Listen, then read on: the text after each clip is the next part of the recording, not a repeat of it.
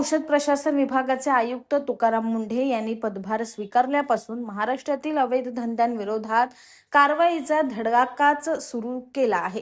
भेसळयुक्त पदार्थांच्या विक्रीसह आता तंबाखू, गुटखा अशा अंमली पदार्थांच्या विक्रीवर कारवाई केली जात आहे। नुकतेच एफडीएने स्वच्छता आणि अन्न सुरक्षेच्या नियमांचे उल्लंघन केल्याप्रकरणी पारसी डेअरी फार्मचा परवाना निलंबित केला। राज्यभरात कारवाई सुरू असताना बदलापूरमध्ये तंबाखूजन्य पदार्थाची विक्री केल्याप्रकरणी एफडीएने मोठी कारवाई केली। मिळालेल्या माहितीनुसार तुकाराम मुंढे यांनी बदलापुरात अन्न आणि औषध प्रशासनानं पुन्हा एकदा कारवाई केली आहे। बदलापूर पश्चिमेकडील बस डेपो परिसरातील 2 टपऱ्या सील करण्यात आल्या आहेत।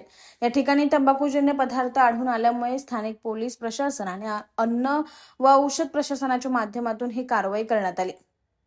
दरम्यान काही दिवसांपूर्वी शिरगावातील फ्लिपकार्ट मिनिट्सवर कारवाई करण्यात आली होती। खराब आणि एक्सपायरी डेट झालेले खाद्यपदार्थ ग्राहकांना दिल्याप्रकरणी एफडीएने कारवाईचा बडगा उगारला होता। त्यानंतर आता पुन्हा एकदा बदलापुरातील 2 टपऱ्या सील करण्यात आल्यामुळे भेसळखोर तसेच अवैध मार्गाने अंमली पदार्थ विकणाऱ्यांचे धाबे दणाणले आहेत। यामध्ये पोलिसांनी गुटखा आणि पान मसाला निर्मितीच्या कारखान्यावर धाड टाकली। या कारवाईत 50 लाख रुपयांचा मुद्देमाल जप्त करण्यात आला।